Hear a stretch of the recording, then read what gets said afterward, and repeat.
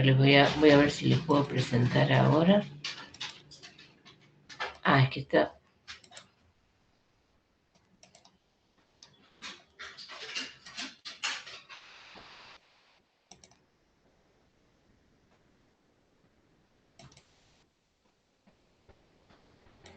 Bueno, a ver, estamos con problemas con este.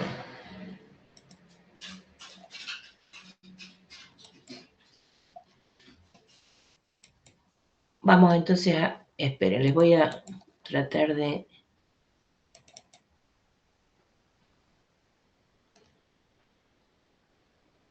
Bien.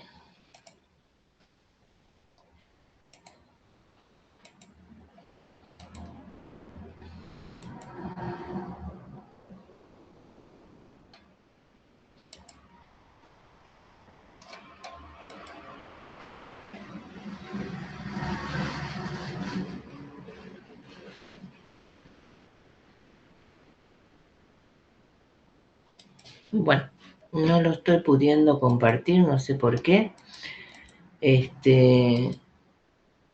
Vamos entonces a comentarles algunas cosas. No sé, esperen a ver un segundito, a ver si mientras tanto, bueno, les...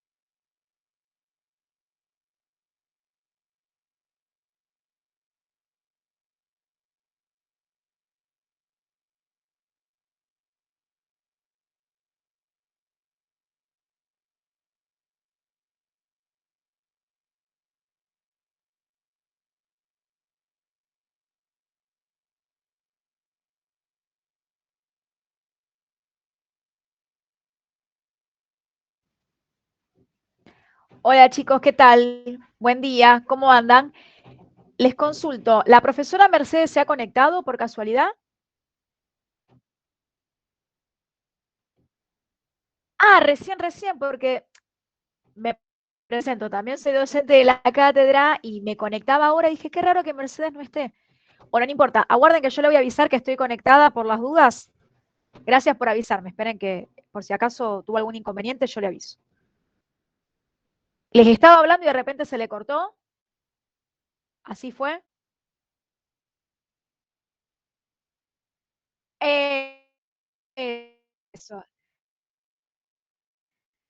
acá está. Hola,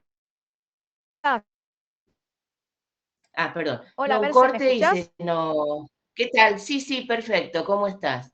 Estaba... No, ya habíamos hablado Hola de las Merce. cosas iniciales y se... Y acá hubo, no sé, sí, siento que están arreglando algo, pero bueno, tuve un imprevisto y estaba justo por ponerles digamos, la presentación de, digamos, de la unidad uno. Sí, vos sabés, Merce, Así, que yo justo entré y estaban ajá, los chicos, entonces dije, digo, y ahí me contaron lo que te había pasado, así que bueno, justo entramos así sí, casi sincronizadas. perfecto, bueno, bárbaro. No, ahora Está todo vos estás solucionado, ya está. todo solucionado. Sí, sí, vamos a ver, no sé si tengo miedo en este momento de hacer la presentación, Va a porque salir todo bien. vamos a salir, vos decís, bueno, vamos a Sí, ver. va a salir, va a andar bien. Si no la ponés vos, total es la Sí, misma. ahí está, genial. Ahí está, bueno, bárbaro. Perfecto. Bueno, genial. Bueno, ahí estamos entonces. Sí, salía bien, pero algo empezó a ocurrir acá. Bueno, entonces vamos a iniciar con esta presentación, la primera parte de la materia. Creo que hay algunas otras personas, según me dijeron, me mandaron acá una comunicación que parece que, bueno, que hicieron, ya se dedicaron hay más gente, pero como que bueno, están teniendo otras actividades, ¿verdad? Así que bueno. Bueno, vamos entonces a ver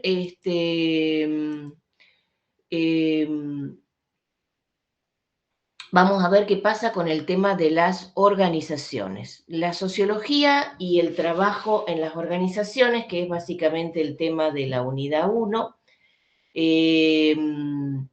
Vamos a iniciar con el tema de qué es la sociología, ¿verdad? Estos serían los principales aspectos que vamos a ver con esta unidad. Este Power ustedes lo tienen en la plataforma, así que no van a tener dificultades para orientarse. Igualmente el texto. Ustedes saben que la sociología es una de las disciplinas, quizá de las más novedosas, ¿verdad? De las más recientes, y que digamos, básicamente es una producción teórica del siglo XIX, que obviamente tiene sus antecedentes. Siempre que hay una disciplina, no quiere decir que nunca nadie escribió nada sobre esa disciplina, pero seguramente no ha constituido lo que es una teoría sobre lo social. Ustedes saben que la ciencia, que yo les decía el miércoles pasado, tiene sus paradigmas y que ustedes van a dedicarse a hacer ciencia, ¿verdad? Esa ciencia lo que tiene en general y en cualquier disciplina, y esto es en cualquier disciplina, es todo lo que toda comunidad científica entiende, tiene que tener, genera leyes, con la ciencia generamos leyes, ¿verdad? Que leyes van a ser modalidades que explican determinado fenómeno, es decir, así tenemos agua y ponemos 100 grados de temperatura, esa cantidad de agua, de no mediar alguna otra circunstancia, la ley dice que se va a transformar del estado líquido al estado gaseoso, es decir, se va a hacer vapor. Entonces, eso es una ley. Lo mismo en sociología. Hay leyes, es decir, como diciendo, bueno, toda teoría tiene su ley explicativa de la realidad, y eso es lo que hace la sociología. Es decir, una teoría tiene, por lo tanto, una teoría tiene que tener formas de explicar esas leyes, y esas se explican por conceptos, es decir, por el concepto de clase social, por el concepto de rol y estatus, se explica por el concepto de relaciones de dominación o relaciones de poder, o digamos, por estímulos a la producción, por la ley que nosotros queramos que estemos trabajando. Hay distintas leyes, ¿verdad? Pero siempre tiene que tener una posibilidad de explicación. Y una teoría tiene también, esto tiene que ser claro, un objeto determinado, no cualquier cosa, porque es común, digo, y esto todos lo hemos hecho, o lo hacemos, qué sé yo, digamos, yo no soy licenciada en economía, es decir, tengo materias aprobadas de economía en distintas instancias, pero no soy licenciada en economía. Ahora, puedo hablar de economía, puedo dar una opinión, pero no con esto dar una verdad absoluta, ¿verdad? Porque puedo opinar, sin lugar a dudas, pero ¿qué quiere decir esto? Que hacer ciencia implica tener rigor científico, es decir, no hace ciencia uno como puede hablar en un café o como yo puedo dar mi opinión. Es decir, yo puedo explicar algo de la realidad, pero lo tengo que explicar científicamente, cuando estoy haciendo ciencia. Ustedes están en un mundo de saber científico, están en la universidad en una licenciatura, entonces, cuando dan una opinión, digo, muy aceptable la opinión de todo en todo sentido, pero sí, digamos, su trabajo profesional les va a exigir aplicar conceptos y definir un objeto, y al definir conceptos y un objeto uno tiene también un método, ¿verdad? No es cualquier cosa, es decir, entonces, ¿qué es una teoría? Es un conjunto de conceptos, no conceptos tomados al azar, sino conceptos que explican lógicamente una realidad y que tienen una secuencia lógica, ¿verdad? Es decir, si yo les tomara, por ejemplo, una definición de poder, por ejemplo, hay un autor que vamos a ver, Crozier, que habla de zonas de incertidumbre que puede tener todo actor. Es decir, ¿cuáles serían esas zonas de incertidumbre? Si yo sé, por ejemplo, manejar bien, no sé, un mercado especial, por ejemplo, si yo conozco a las personas que operan en el mercado tal y tengo los contactos, y son contactos fluidos por mí, porque ya los he visitado, o algún tipo de cliente, ¿verdad? Entonces, evidentemente, tengo alguna posibilidad de tener alguna facilidad superior a otro. Y tengo además, además, es decir, genero una zona de incertidumbre. Yo sé que con esa zona de incertidumbre que voy a generar un espacio que los demás no pueden ocupar. Entonces, ¿qué voy a tener ahí? Voy a tener una zona de incerteza. Esa zona de incerteza quiere decir que voy a incrementar una capacidad, es decir, una forma de poder particular.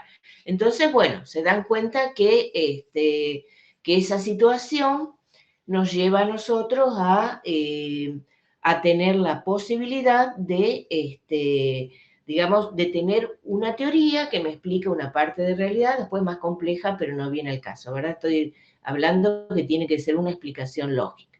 Y sí tenemos que tener un método, es decir, una forma de proceder. Entonces, cuando yo tengo eso, ya tengo una teoría. Y la sociología, si bien no podemos ignorar que se ha escrito sobre lo social, los filósofos de la antigüedad griega escribieron sobre lo social, pero no conformaron una teoría. Ustedes han leído incluso en novelas, ¿verdad? Es una tradición, y una tradición muy particular en Argentina, ¿verdad? O en Latinoamérica, escribir sobre lo social. Ustedes habrán leído, por ejemplo, o lo van a leer si no lo han leído en algún momento de su vida, el Martín Fierro, La cautiva, El matadero, eh, Platero y yo, por ejemplo, o bueno, novelas Amalia, que es una novela hermosa, ¿verdad?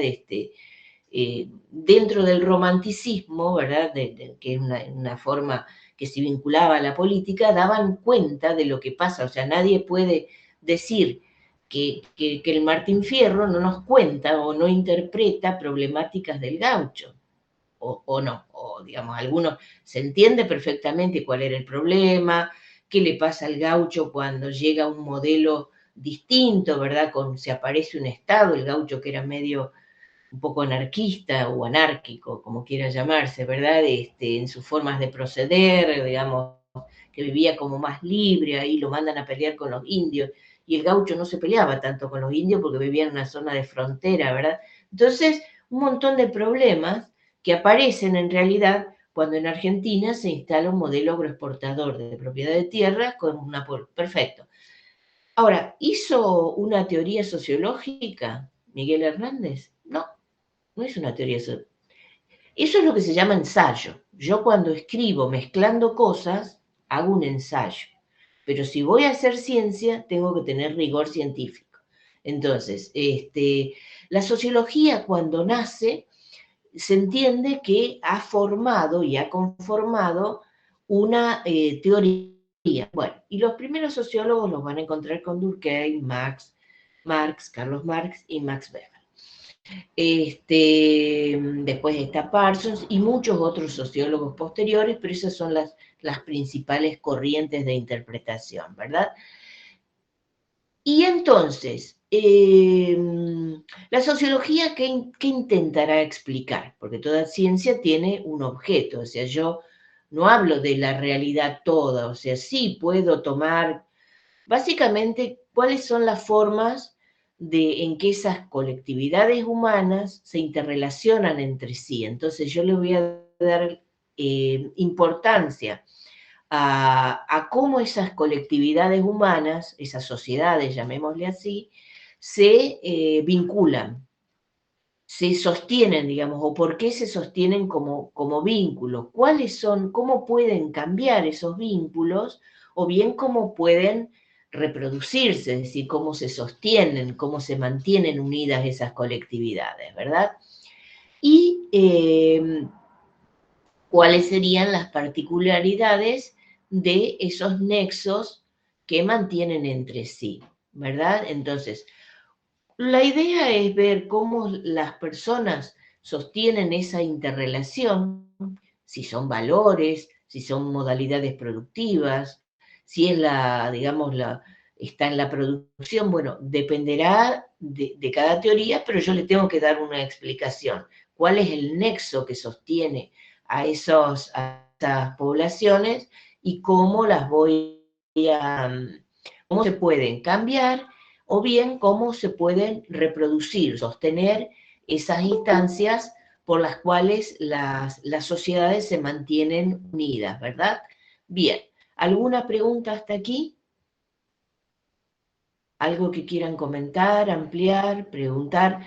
La idea también es que las sociedades no son siempre el Estado-nación, pueden, en general coinciden, ¿verdad? ¿Por qué? Porque el Estado-nación se encarga digamos, se encarga de, digamos, de la formación de las personas, se encarga de, bueno, de instancias diversas, por lo tanto hay una cierta homogeneidad, pero no podemos decir que necesariamente una comunidad coincide plenamente con el Estado-Nación. De hecho, fíjense que hay comunidades, estos grupos religiosos, ¿cómo se llaman? Los Amish o los menonitas también se conocen, no sé, creo que son muy similares, que en realidad, bueno, mantienen una práctica cultural y no podríamos, que es cierto que deben cumplir determinadas normativas por estar en un estado, pero no vamos a decir que la cultura de un menonita es exactamente igual a la nuestra. Creo que tenemos unas grandes diferencias. Ahora, ¿los podemos ver ellos como grupo social? Sí, los podemos ver como grupo social, perfecto.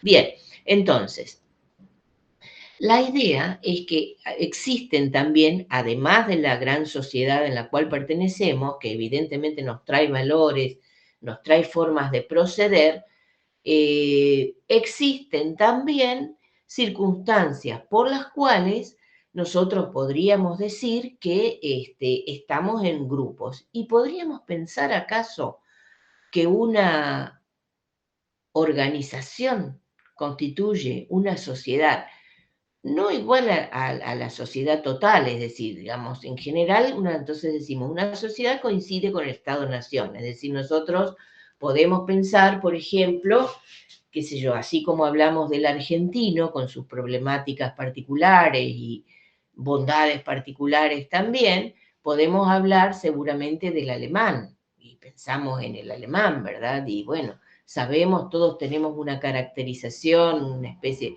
le adjudicamos una idiosincrasia, así lo mismo cuando pensamos en Japón. Ahora, no quiere decir que no haya personas que pertenezcan a distintas comunidades, etcétera. Entonces, ¿podríamos llegar a pensar que una organización conforma una sociedad en micro? ¿Qué les parece a ustedes?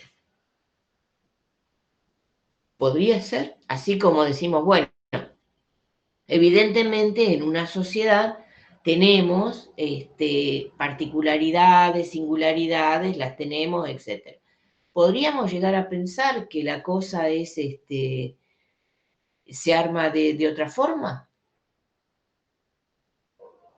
Yo creo que sí, podría. ¿Por qué? Porque evidentemente cuando, por ejemplo,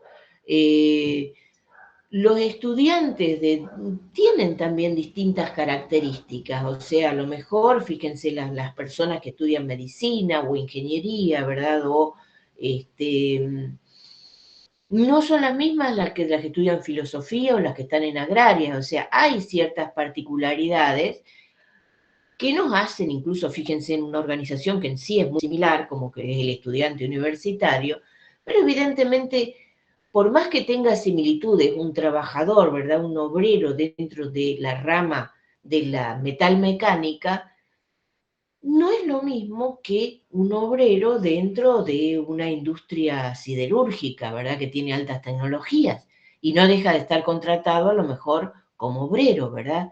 Pero uno tendrá un trabajo mucho más manual, entonces hay ciertas similitudes, entonces hay distinciones que nosotros las podríamos encontrar en las organizaciones. Evidentemente hay una especie, hay valores culturales propios, hay valores modalidades de trabajo, hay saberes que circulan de un modo distinto, que dependen en parte de la organización y dependen también de especializaciones, ¿verdad? No es lo mismo ser obrero en una industria donde la mayoría, qué sé yo, por ejemplo, una siderúrgica con alta maquinaria, etcétera, a ser obrero en una industria de la madera, por ejemplo, donde todos tienen un trabajo a lo mejor muy similar.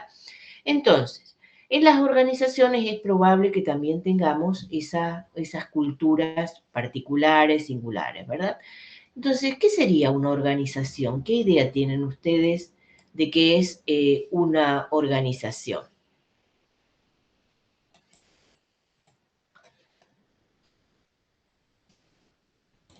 Un conjunto de personas que persiguen un mismo objetivo. Perfecto, que están unidas por un fin, ¿verdad? Después ellos también pueden tener objetivos particulares, ¿cierto? A lo mejor ustedes están en esta organización, en la Facultad de Ciencias Económicas durante un tiempo, por ejemplo. Bueno, pero ¿cuál sería el objetivo que todos tenemos en el, bueno, tener una formación, hacemos a un proceso educativo, ¿verdad? O bien uno puede estar, por ejemplo, el caso de ustedes que se están formando, eh, si alguno trabaja ahora o consigue un trabajo, pueden decir, bueno, mi objetivo en realidad es sostenerme, mantenerme, tener algún ingreso mientras, pero a lo mejor, por ejemplo, ustedes ingresan en una organización y son, qué sé yo, un recepcionista o, no sé, hacen algún trabajo. Más adelante seguramente pensarán, posiblemente se me ocurre, dejar esa organización y trasladarse hacia otra actividad. Entonces, perfecto. Bueno, muy bien. La idea entonces es que ustedes eh, van a estar en distintas organizaciones con objetivos, pero ciertamente una organización se conforma para hacer algo. O sea, una organización no se forma solo para hacer un grupo temporal, aun cuando ese algo sea una actitud de diversión, o sea, yo podría estar, qué sé yo, tratando de divertirme, de, qué sé yo, de pasar, de tener, destacar el ocio. ¿Hay alguien de la licenciatura en turismo en este curso? No, porque sé que también está en la licenciatura en turismo, también está esta materia, pero por ahí van en el otro turno. Bien, entonces, uno vive en una organización, ¿verdad? Como vos dijiste, en general todas las organizaciones, sean el manual o el texto que ustedes quieran, van a decir que las organizaciones son unas entidades reconocidas, por tanto entidades, este, reconocidas o, bueno, que determinado grupo, pueden ser organizaciones clandestinas también, las hay, sabremos los que vivimos en esta ciudad, ¿verdad? Pero que, bueno, y que tienen algún objetivo en el cual participan todos esos miembros. En general tienen alguna estructura más o menos reconocida, aun cuando sea variable, pero hay un mínimo en esa estructura, y se dice también que en las organizaciones hay un mínimo de división del trabajo, es decir, tienen por lo menos algunas instancias que hacen a esa división del trabajo, mínima, ¿verdad? O aun cuando sea informal.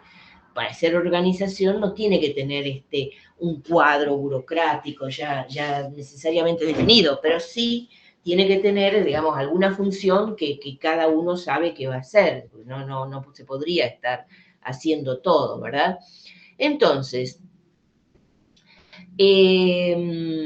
evidentemente la idea de organizaciones es una idea que nace también, en general, no es que no hubo reuniones de personas para hacer algo, pero en general las vinculadas al trabajo las organizaciones son un fenómeno muy característico post-revolución industrial, ¿verdad? Porque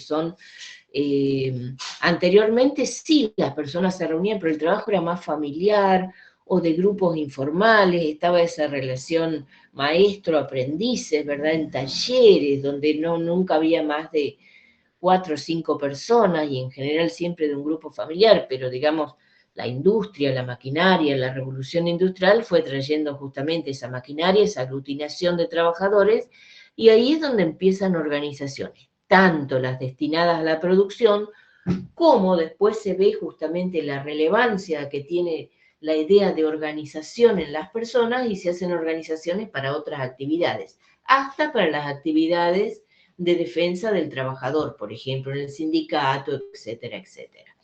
Bien. Bien, hasta acá, ¿alguna pregunta? Bueno, vamos entonces a ver qué se hizo con,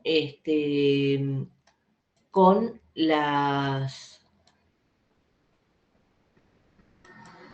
cómo se fue trabajando este tema, ¿verdad? Ustedes tienen después a disposición el Power, o sea, no se hagan problema, pueden leer de ahí, pero tienen la bibliografía. O sea, la primera parte que yo les estuve charlando, podrían leerla del texto de Mainz.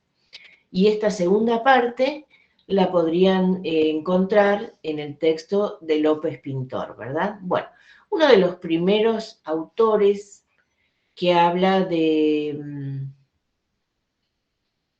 que habla en realidad de las organizaciones y que empieza a trabajar, no directamente, no lo vamos a poner como sociólogo, pero sí fue en todo caso uno de los fundadores del pensamiento más racional acerca de la sociología, ¿verdad?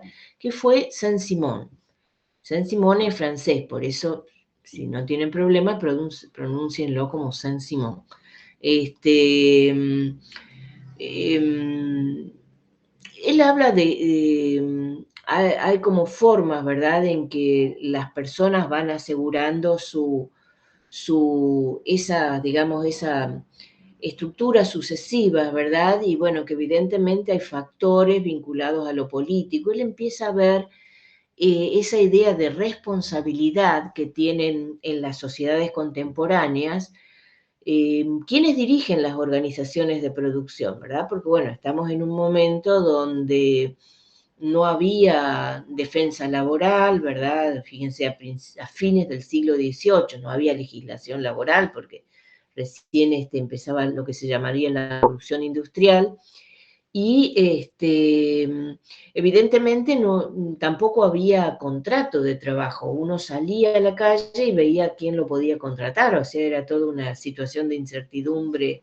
Y después si te decían, bueno, tenés que trabajar hasta la noche y te contrataban a las 7 de la mañana, vos volverías a tu casa a las 10, o sea, no había nada. Entonces, dice, bueno, cuáles serían? Y no había forma, además había problemas, disputas, etcétera. ¿Por qué? Porque evidentemente al no haber una organización social y política que acompañara esa revolución industrial, había un desfasaje, ¿verdad?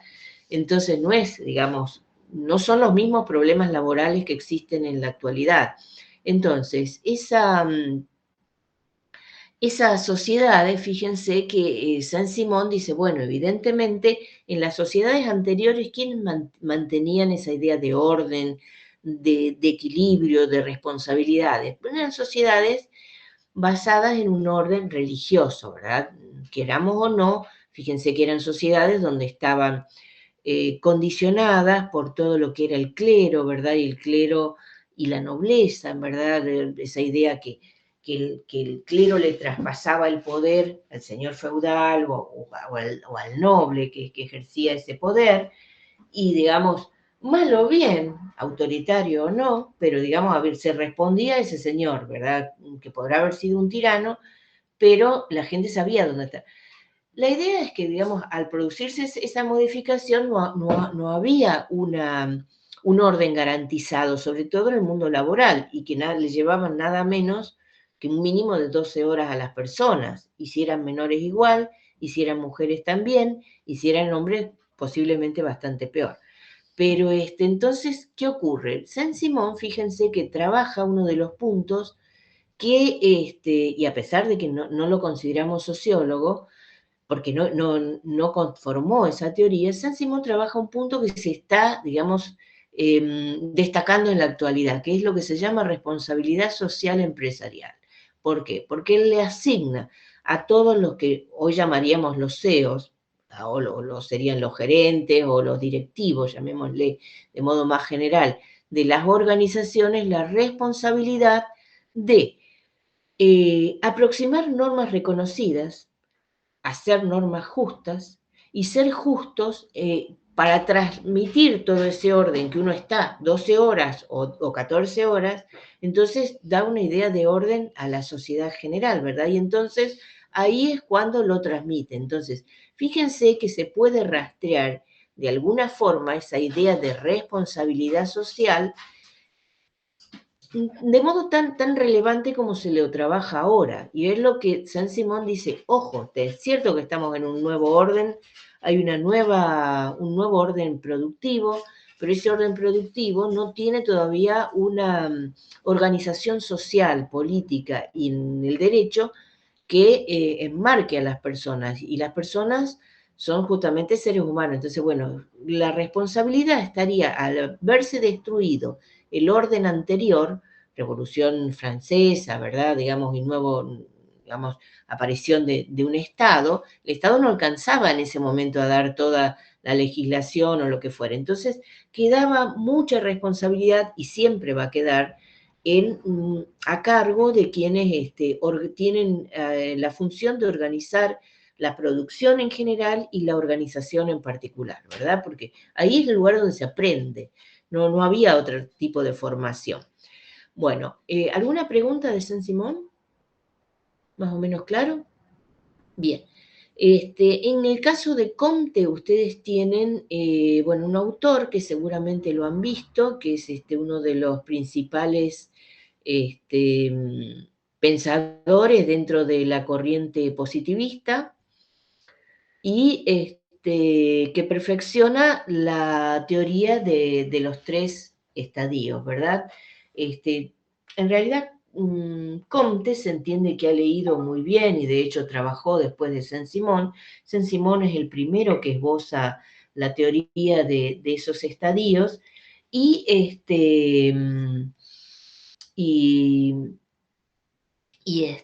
bueno, Saint-Simon dice, Comte retrabaja ese punto y él habla de esas etapas teológicas, metafísicas y positivas. Teológica sería la primaria, o sea, cuando entendemos todo a partir de un pensamiento religioso, es decir, interpretamos entonces la realidad de las personas, interpretamos el orden mundial, ¿verdad? Interpretamos cómo se mueve el cosmos, viéndolo a partir de un pensamiento religioso, que puede ser el paganismo también, ¿verdad? Pero bueno, metafísico ya cuando empezamos a, digamos, a interpretarlo a partir de la filosofía, y dice Comte, evidentemente tenemos que pensar que el pensamiento positivo, o sea, el positivismo, era el pensamiento que podía interpretar la realidad a partir de ese momento en adelante. Ojo que estamos hablando de un siglo XIX, ¿verdad? Donde las ciencias biológicas que utilizan el método positivo era la ciencia más destacada en ese momento por toda la cantidad de adelantos que había hecho, ¿verdad? Digamos, fíjense ustedes que lo que comentábamos era que, bueno, que no solamente, digamos, se descubría, qué sé yo, digamos, cómo estaba el organismo, los microbios, ¿verdad? Digamos, por eso es el siglo de Pasteur, ¿verdad? Digamos, de las vacunas, bueno, miren la que nos ha salvado la vacuna, ¿verdad? Pero bueno,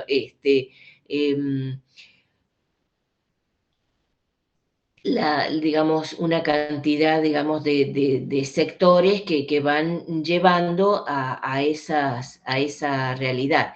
Entonces, fíjense que no lo toman solamente las disciplinas, las demás disciplinas, era normal que, digamos, si estábamos descubriendo cómo se movía el hombre, cómo se movía el cuerpo, cómo mejoraba la salud por todo esto, además, fíjense que hasta aparece toda esta idea de la biología en la literatura, o sea, la literatura se dedica muchas oportunidades a eso, es decir, miren, por ejemplo, el, una novela muy, muy característica del siglo XIX es el Frankenstein, el doctor Frankenstein, o el monstruo de Frankenstein, como quieran llamarle. ¿Qué decía ese monstruo? Que un médico podía generar vida, nada más y nada menos. Entonces, y Saint-Simon nombra, digamos, esos estados, ¿verdad? Digamos, más esclavista, más un campesinado y más positivo en lo que hace una producción tecnológica, en todo caso, por la pregunta, ¿verdad? Digamos, porque ya había una idea de revolución industrial, ¿verdad? Entonces, sí, primariamente era un trabajo básicamente esclavo, un trabajo campesino y después un trabajo, más vinculado a todo lo que son los procesos de la revolución industrial, ¿verdad? Bueno, entonces, Comte lo que hace es genera ese método positivo y lo traslada a las ciencias sociales. Pero, evidentemente, no logra armar exactamente una teoría sociológica, ¿verdad? Pero sí aplica el método, ¿verdad? Porque no logra la formación de los conceptos totales. O sea, a ver un segundito.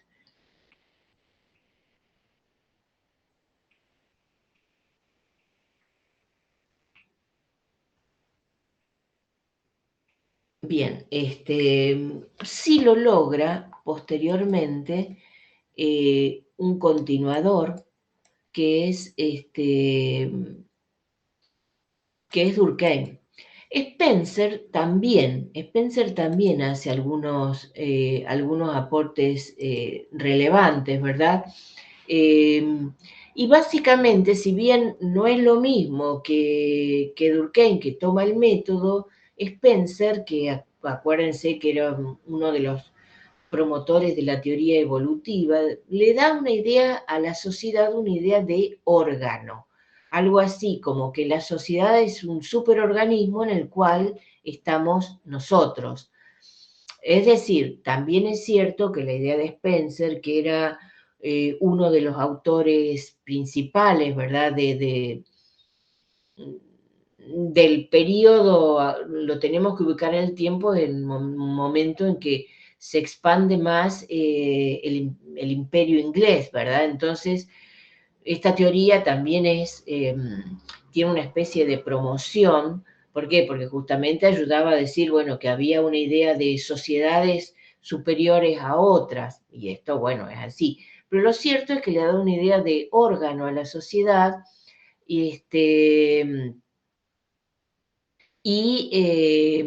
una idea en el cual, bueno, justamente es los estados industriales, ¿verdad?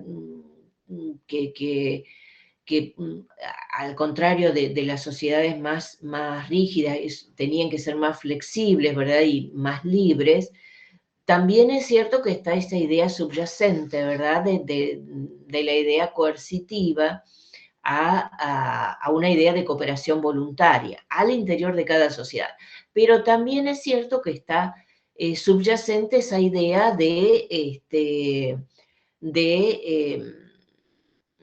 que había sociedades superiores a otras, por lo tanto se justificaba las invasiones que estaba haciendo Inglaterra en ese momento, ¿verdad? O sea, bueno, entonces, es cierto, esas sociedades teológicas militares también le pasa la idea a la idea, distingue entre lo militar y lo industrial. Sociedades militarizadas eran aquellas que tenían una forma de dominación o merecían una forma de dominación, ampliándolo en otro concepto, ¿verdad?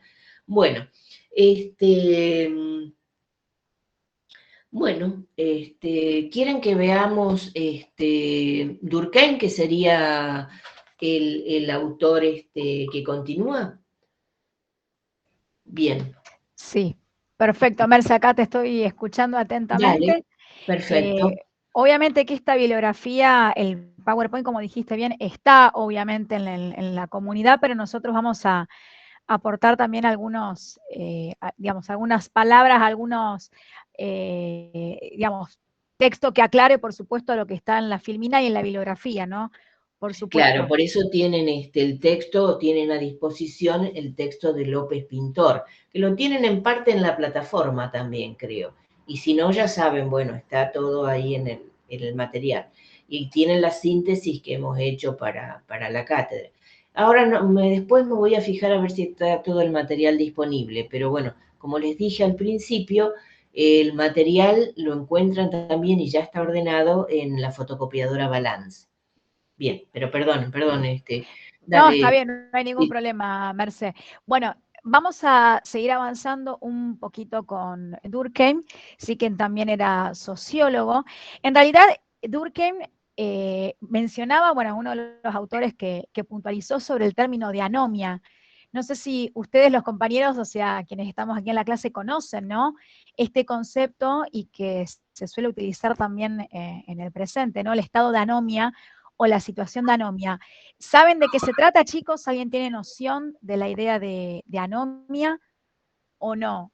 ¿Alguien puede mencionarlo? Está vinculado también con la ausencia de normas, ¿no? Obviamente no lo vinculamos directamente con lo que es una anarquía, por supuesto, pero sí la anomia como un estado o situación de ausencia de normas.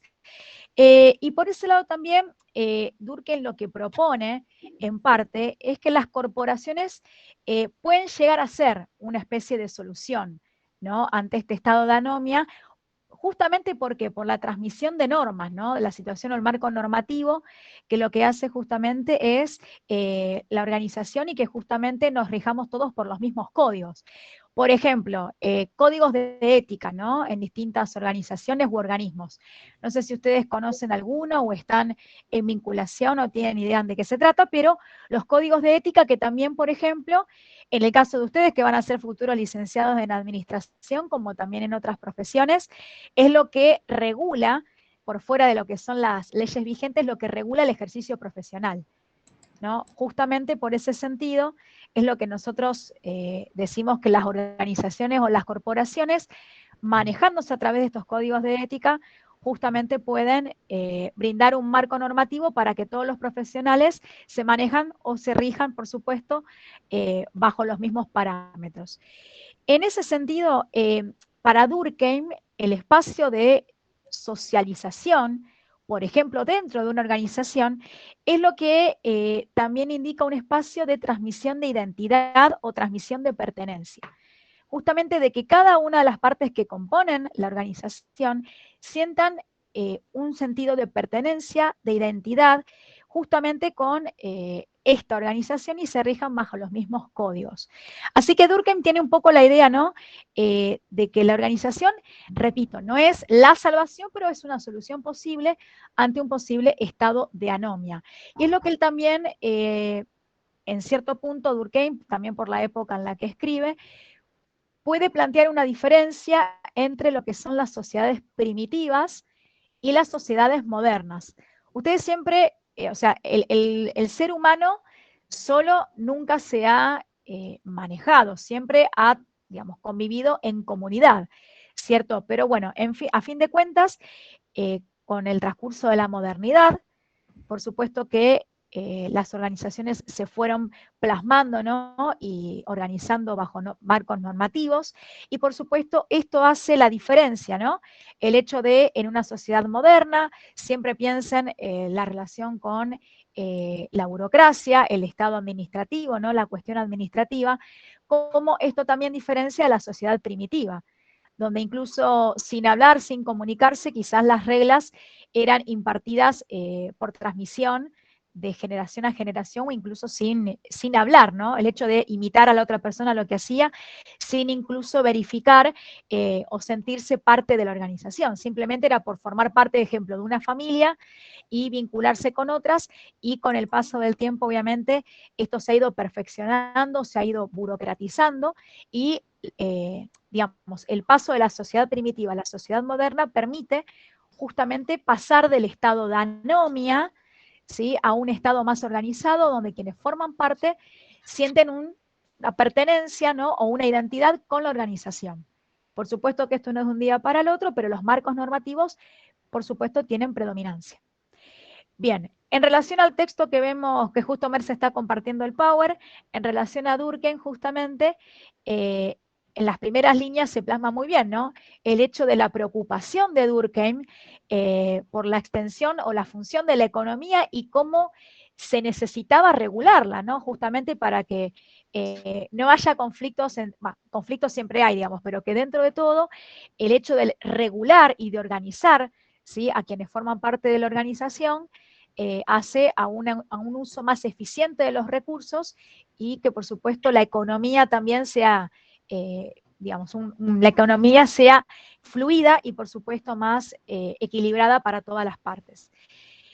En ese sentido, seguimos un poquito más con Durkheim, y fíjense que entre las líneas, ¿no? El hecho del sentido de pertenencia y organización, que el egoísmo es un problema para la sociedad.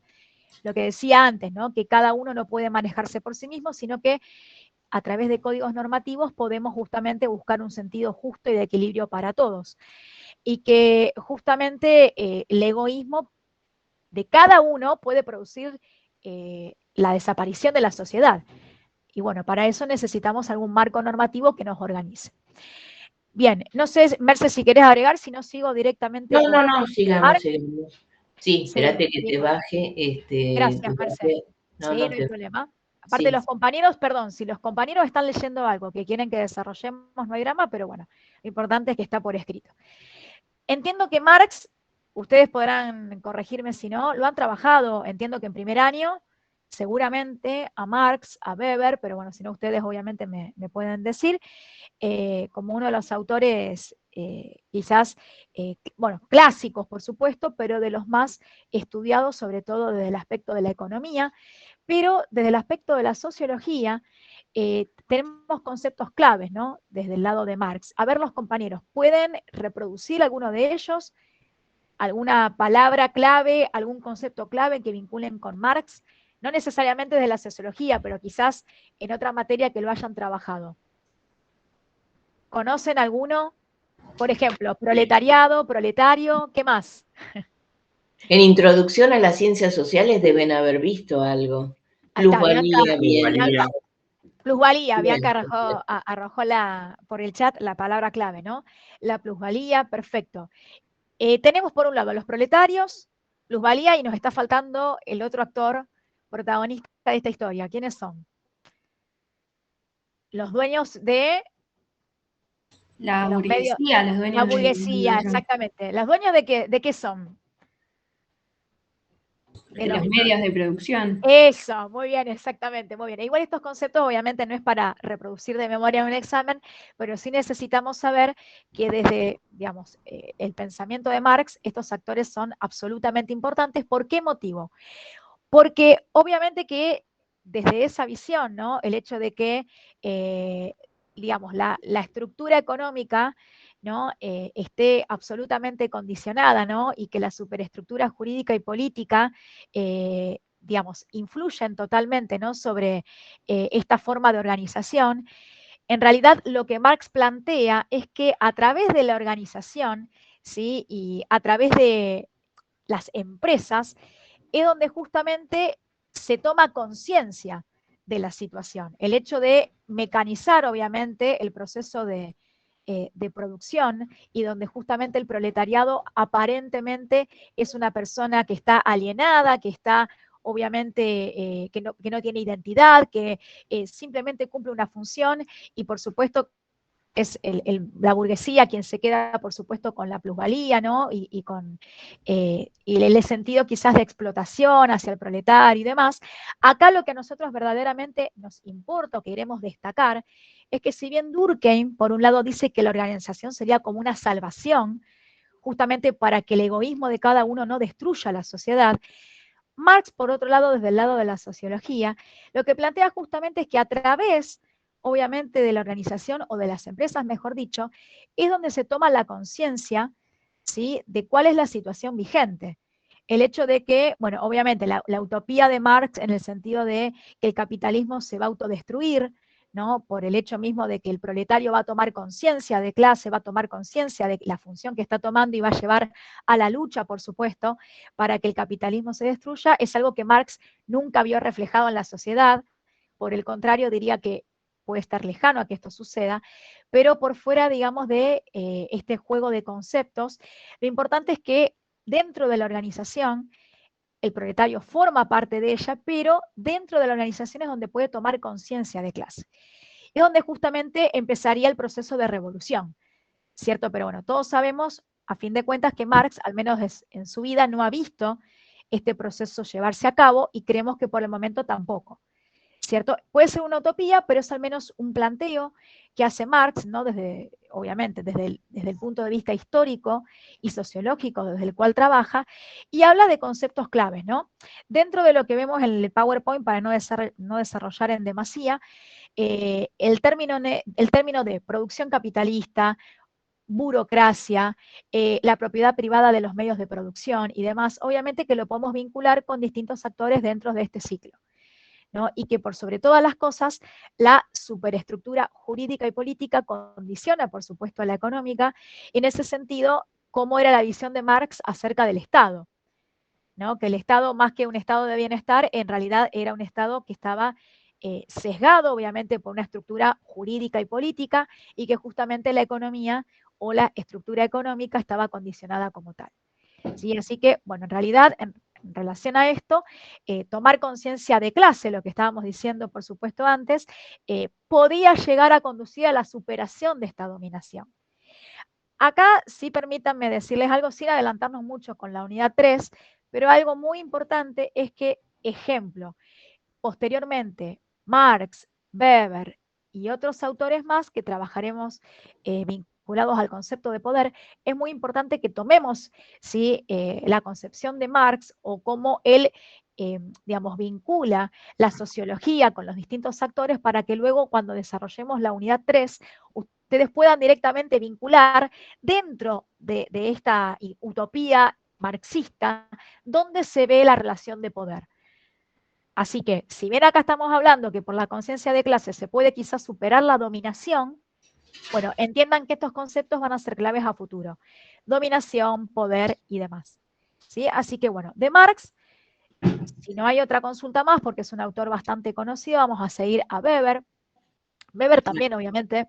Perdón, Sí. Marce, no sé si No, querías no, decir no, algo más. no. Lo importante es rescatar que en Marx, ya lo dijiste, pero Sí, lo destaco de nuevo, adelante. es la idea de que en las organizaciones es donde se va a dar ese proceso de transformación. O sea, Sí, toda transformación se da en las organizaciones, sobre todo las organizaciones del trabajo, porque el hombre no está solo, él no lo entiende nunca solo, sino que lo no, entiende como, ya lo dijiste, pero bueno, quería no, pero está destacarlo perfecto, porque esa es Marce. la importancia. Bien, perfecto. Y ahora Weber, Exactamente. que Y también ahora, lo deben conocer.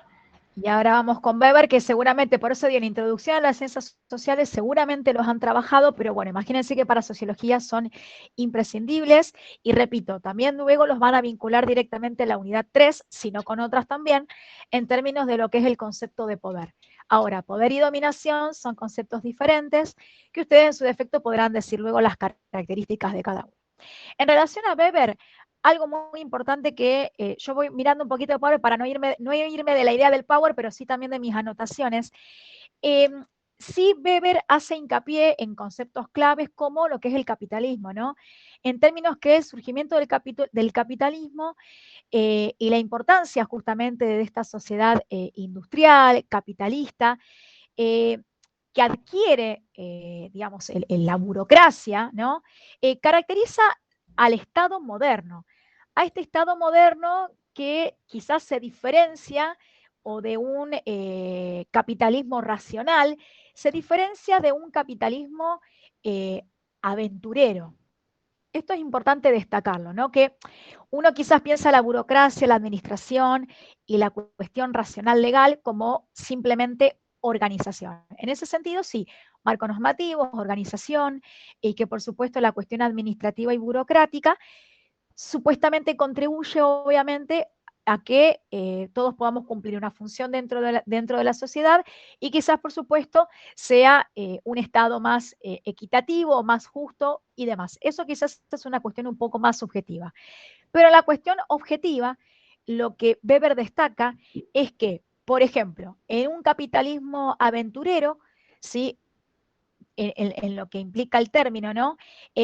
Quizás algunos sectores tengan ganancias absolutamente desmedidas, ¿sí? En que uno quizás se puede confundir o por no seguir algún marco normativo puede hasta equivocarse y quizás, digamos, tu proyecto o tu negocio o tu emprendimiento falle, justamente porque en el capitalismo aventurero, digamos, no tengo un parámetro dentro del cual basarme y si cada uno hace lo suyo y no calculamos como se debería, por supuesto que lo más probable es que incurramos en el error.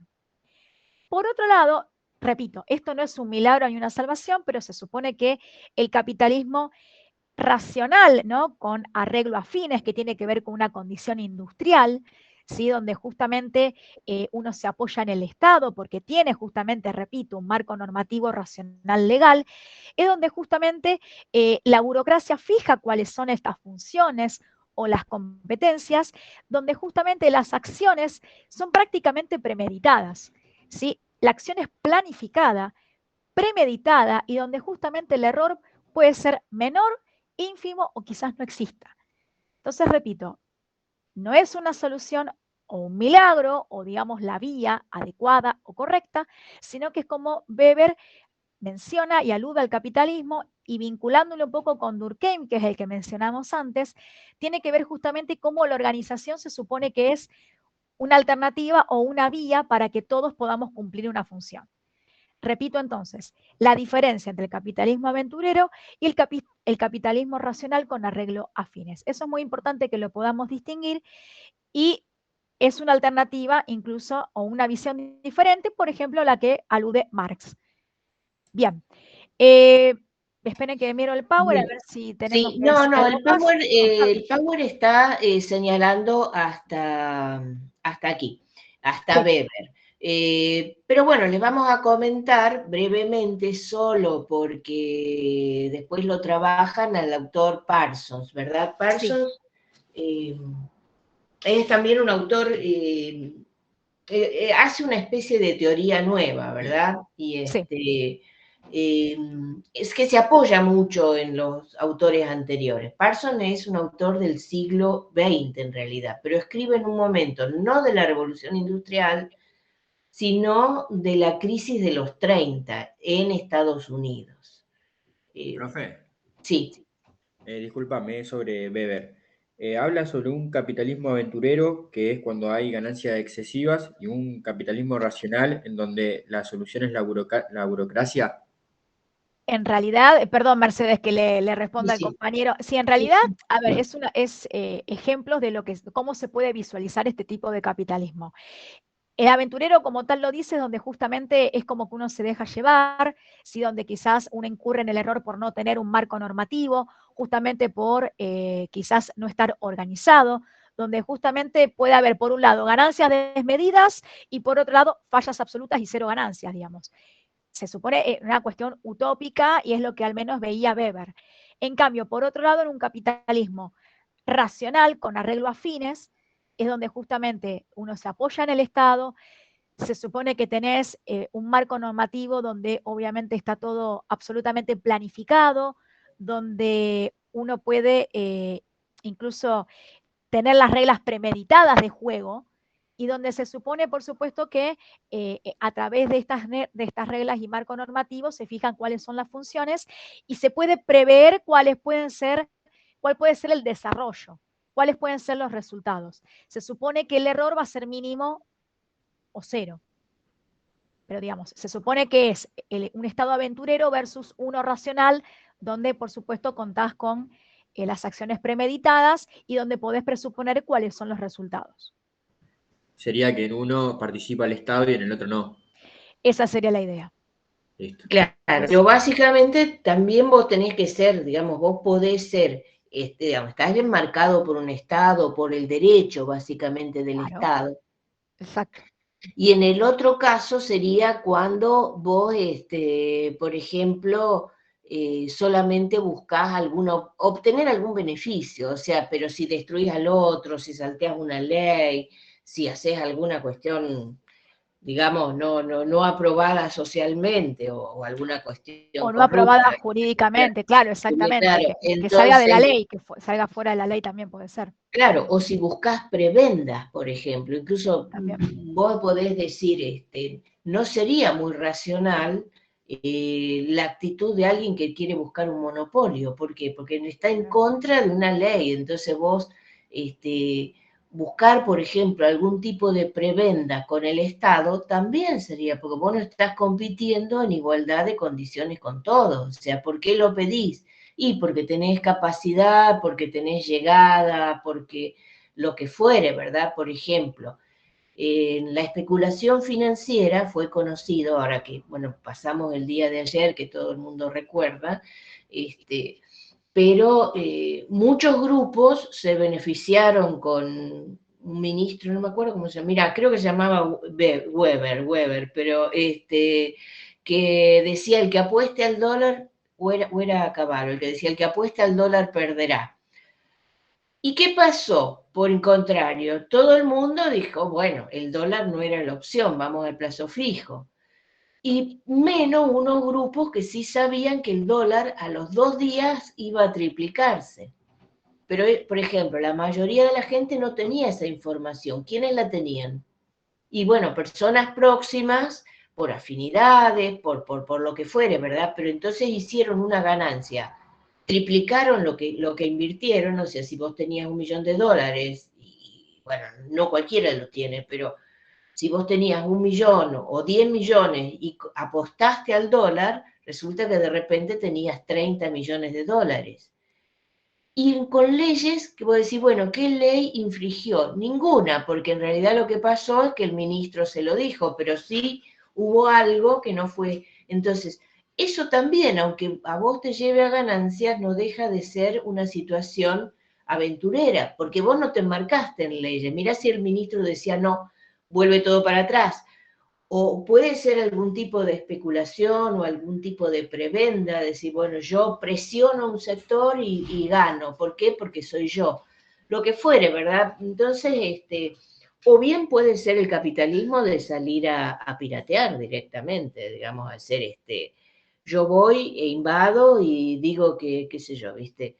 O me quedo con los pozos de petróleo de Libia y digo que el libio era malo, pero ahora, bueno, es lo que fuere, ¿verdad? Pero entonces vos estás haciendo un capitalismo que no está basado en un cálculo racional, en normativas que obviamente provienen de un Estado. Es decir, es un tipo de especulación que se puede dar por distintas modalidades, pero lo importante es que no tenés en cuenta un trabajo profesional y racional, no tenés en cuenta normativas, evidente dado por determinado marco, no tenés en cuenta el derecho, que eso es lo que debe tener un capitalista racional, es decir, se tiene que apoyar en normas, en una idea de profesión, en una idea de cálculo el que sea, ¿verdad?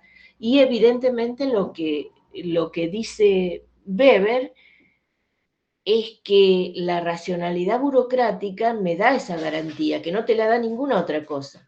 Por eso Weber dice, bueno, distinto a Marx suponía que más adelante íbamos a llegar todos a una idea de socialismo en lo que es la producción. Weber dice, no se puede predecir, pero sí él dice que lo mejor, lo único casi que se puede predecir es la burocracia, y que la burocracia la va a usar tanto un régimen socialista como un régimen comunista, como un régimen capitalista, o un régimen de la forma que quiera, ¿verdad? Que se invente más adelante, porque la burocracia es lo único que me puede dar un ordenamiento racional. Por eso en las organizaciones va a estar garantizada esa idea de racionalidad que le exige al capitalismo, en la medida que haya burocracia, ¿verdad? Burocracia, ¿por qué? Porque quiere decir que no se impone nadie a nadie, o sea, todo el mundo sabe la función que tiene que tener. O sea, imagínense, yo estoy en la universidad, ustedes también, pero a ninguno de nosotros se nos ocurre ir y sentarnos en el escritorio de la decana o del rector y decir, bueno, ahora las cosas van a ser así, porque no es nuestra función, no estamos autorizados para eso. Y entonces eso te lo da un orden burocrático, ¿verdad? Por eso es importante que cada organización tenga un esquema de función y actividades, que es lo que exige el cuadro burocrático. Merced, permitime que a lo que estás diciendo, Sí. recién pensaba, digo que por un lado, si bien, o sea, uno cuando habla de un autor siempre está bueno que vaya empezando el que estaba antes, ¿no? Digamos, ¿qué Claro. dijo el precursor? A ver, chicos, esto no es un orden sí o sí obligatorio, porque uno tiene que ir vinculando todos los autores. Pero algo importante, interesante, es que fíjense que todos destacan la importancia de la organización. O sea, si bien algunos dicen que la persona sola, como dijimos antes, el individuo solo nunca sobrevivió. O sea, siempre tuvo que convivir al menos con otro ser vivo, ser humano, etcétera, y de esa manera empezó funcionando en comunidad. Por fuera de eso, es que fíjense que todos destacan que al menos la organización tiene un efecto positivo en el sentido de que algo se logra, algo se organiza y que justamente nada se destruye, por el contrario. Ve Marx, por un lado, que dentro de la organización de la empresa, ¿sí? Este proletario va a tomar conciencia de clase y por supuesto va a iniciar la revolución, algo que nunca ocurrió, o al menos la idea de la destrucción del capitalismo no ha pasado, pero fíjense que Weber, como decía recién Mercedes, aparentemente lo que conviene, lo más efectivo, sobre todo en una sociedad moderna, con profesionales y donde justamente se quiere llegar a una sociedad administrada, organizada y demás, lo que más conviene es ir por la racionalidad legal, digamos, ir por la vía racional, ir por la vía jurídica, ir por la vía administrativa, para que justamente cada uno sepa lo que tiene que hacer y no se autodestruya o no destruya al otro. Me explico, no va por la vía de la revolución, sino justamente que cada uno cumpla su función y que de esta manera, obviamente, digamos, la organización funcione y que cada uno cumpla su función sin dañar al otro ni dañarse a sí mismo. Esto, por supuesto, supone un marco normativo y jurídico que prevea, digamos, las normas dentro de las cuales vos debés manejarte y aplicar, y por otro lado, que no te afecta a vos ni al otro. En un sentido, chicos, siempre piensen como que hay un sentido de superación, se supone, entre un autor y otro en la manera de pensar. A veces hacen críticas al autor previo o al precursor, y por otro lado hacen una alternativa diferente. Me explico, chicos, pero fíjense que todos destacan el aspecto de la organización o el hombre en sociedad, si no, por supuesto, te sería imposible. Bien, Merce, no sé si Sí. querés que agreguemos algo más de Weber en términos de los otros No, tipos de no organización. sé si quedó alguna duda de Weber o de alguno de los autores que nos quieran preguntar. Cualquier pregunta estamos abiertas para contestarlas. No sé si a lo mejor quisieran consultar algo primero, antes de seguir. ¿Alguna duda o pregunta, chicos? Díganos si más o menos se entendió. Sí. Si no, permítanme recordarles, porque seguramente esto lo dieron, si bien está en el Power, pero lo volvemos a decir, ustedes saben perfectamente que Weber señala 3 tipos de dominación. O sea, otro autor que habla del concepto de dominación. ¿Cuáles son? Tenemos la racional legal, tradicional, carismática. Obviamente que entiendo que saben cuáles son las diferencias y las características, ¿no? Y de cómo lo podemos visualizar. Pero dentro de estas 3, justamente lo que dice Weber es que en una sociedad moderna lo más conveniente es manejarse por la vía racional legal, por los motivos que estuvimos hablando previamente. Después, cuando vayamos, por ejemplo, a la unidad 3, ustedes podrán focalizar en términos de lo que es el poder, lo que es la dominación, cuáles son las características de cada una de ellas. Y eso, chicos, no significa que en la sociedad moderna no coexistan estos tipos de dominación. Lo que él propone es que para una vía profesional y administrativa y burocrática lo que más conviene es por la vía racional, por los motivos que estuvimos diciendo. Porque si cada uno se basa en las creencias o se basa, por ejemplo, en el carisma de una persona, pero sale por fuera del marco normativo, bueno, estamos en problemas. Entonces, repito, pueden coexistir, pero él sugiere que para que la organización funcione deberíamos seguir una vía racional legal. Perfecto. ¿Sí? ¿Alguna duda hasta acá? Más o menos. Después, bueno, por supuesto, ustedes lo van a leer. Todo esto lo leen en López Pintor, que el texto está disponible. Hay un autor que no está en el Power, no sé por qué está, porque creo que estaría, bueno, después lo vamos, pero lo van a ver después en la unidad de poder. Así Sí. que es Parsons. Parsons es ese autor del siglo XIX que sí habla de una estructura y hay sistemas de acción. Después, en todo caso, el que necesite, se los comento brevemente. La estructura sería algo más, en todo caso, estable. Y las acciones serían lo más dinámico. Es decir, una organización es, digamos, esto es aplicable a todo tipo de sociedad, en macro o en micro. O sea, toda sociedad tiene una cantidad de acciones que tenemos que entender que deben estar controladas.